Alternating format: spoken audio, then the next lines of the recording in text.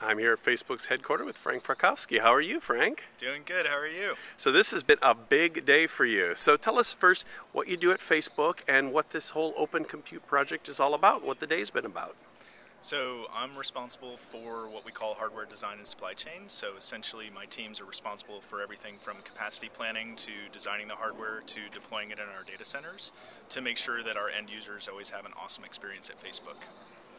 And so now, today you talked about the Open Compute project, and you talked about the fact that you're opening up your own data center up in Oregon.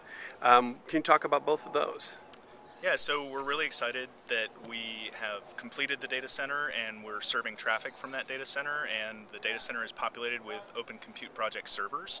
The results that we've achieved are 38% more efficient from a power efficiency perspective and north of 20% from a capital expenditure perspective. So we're pretty excited about the results that we've achieved. And now what's really exciting is about today is opening it up so that other people can review what we've done, give us feedback on what we've done, make our ideas better, and also to the extent that people adopt this, propagate the advantages to a much broader audience outside of Facebook. And those benefits could be financial benefits. We're also excited about the environmental benefits that this can bring to a larger audience as well. And what was the genesis of this? You guys have been working on this for what, 18 months or so?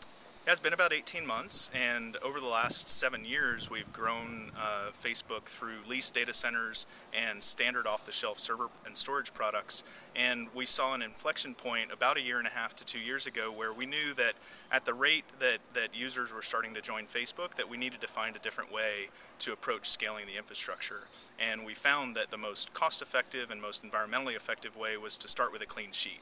And so we identified Prineville, Oregon as a great place to use 100% outside air cooling, so we eliminated all the computer room AC, and then we went into the design itself around eliminating electrical transformations from the utility down to the server, really got a lot of efficiency through that.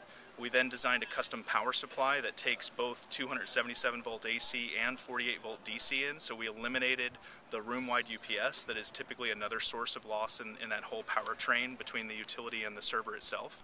And so, the end result, like I said earlier, is a significant improvement in financials, a significant improvement in the ongoing operating cost, and then a really nice environmental impact as well. Very cool. And then last but not least, what are you looking forward to now? So we've gotten to this big milestone. What's next? What's the next big milestone, or what do you need to do going forward Monday when you get back to work?